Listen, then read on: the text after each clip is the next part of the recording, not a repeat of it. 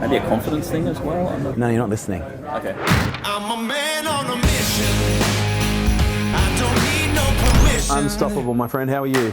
We run a community called K2 Elite, and one of the things that the K2s do is they mastermind each other's businesses, which basically means they support and help each other come up with solutions for the biggest issues they've currently got. In this episode, Kerwin actually supports a K2 through the mastermind process. Enjoy. What is it about confrontation that makes you want to avoid it? I feel like I'm not perfect myself, and therefore me calling somebody else out on their standards. I just feel like if you're a master of something or you're good at something, then you can then consult someone or help someone with something that they might be deficient on. But I think the communication issue is actually with you.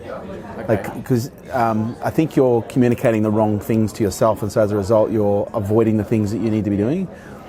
My question would be is, when someone doesn't do what they say they're going to do, why does it have to be a confrontation? Why can't it be a coaching session?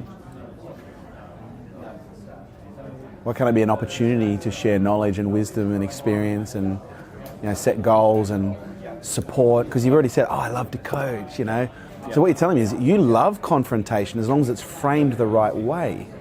maybe a confidence thing as well? No, you're not listening. Okay. Let's say you love confrontation, and every time someone didn't hit the standard or didn't hit the boundary, you loved having that conversation. Like, you loved sitting down and go, right, okay, we didn't hit it. Like, would that solve the problem?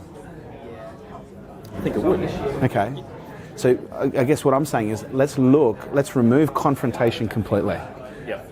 And from now on, from this day forth, you will never experience confrontation for the rest of your life. Okay? You are confrontation free. Yep. But from this day forward, you'll be involved in lots of coaching opportunities, whereby when people don't meet the standard, or they don't, if they overstep a boundary, you're not going to confront them about it. You're going to have a chat. You're going to sit down and you're going to coach them, because you like to coach. You don't like to confront. So we're not confronting anyone moving forward. Reframing it.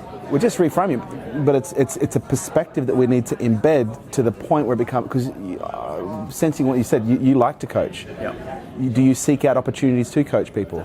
Okay, so it's a value. Yeah. It's a legit value. Yeah. So now what we're doing is we're attacking a behavior that you want, which is, let's call it confrontation, or the ability to have a tough conversation with something that's really important, which is something we're doing. So we're removing confrontation, we're inserting coaching, and now if we can set the frame, you'll actually be motivated to coach people in these situations. Yeah. You won't be avoiding it. Does this make sense? Yeah, I can see that. Like this, because to me, I look at you like, this is so funny, because all we're doing right now is tweaking your engine. Like, literally, your engine, like your performance engine, and right now you're kind of spurting and blurting and stalling when it comes to certain types of conversations. And if you had a car that came in that was stalling, or it was getting to a level of thrust, and all of a sudden it would lose it, you'd be seeking and looking for where you could tweak the engine or a component or the electronics in the engine to make sure that it flows through, right? So right now you're stalling when it comes to coaching. So it's just a tweak. It's not a major shift. Like, this is so fucking small, but this is the difference between a 10-second car and an 8.8-second car in my book. It's so small, but it's so fundamental. Because I've got to ask, I'd be curious to know, if people aren't meeting the standards and not hitting the expectations, what's the effect on performance? Yeah. What's the effect on revenue? What's the effect on profit? What's the effect on customer delivery, customer service, customer experience? Everything. Yeah. Everything. And this to me is like one tiny little tweak. It's like, the dude who's like comes in, printing press breaks down, dude comes in, opens the thing, looks around, turns one screw, printing press starts back up, and goes, oh, how much is that going to be? Like $10,000. Are you fucking kidding me? Like, what did you do? You didn't do anything. He goes, well, I want an itemised bill. Okay. Yep. Turning the screw, $1. Knowing which screw to turn, $9,999. You love to coach, you love to talk, you're a great communicator, you're very empathetic, you've got all the leadership traits that are there. It's just a little tweak. Let me drive this home. How many people have you robbed in the last month from learning and growth opportunities because you felt uncomfortable talking about it with them? Wow, you're a thief. Does that make sense? And I know that doesn't sit well with you. That's why I'm saying it.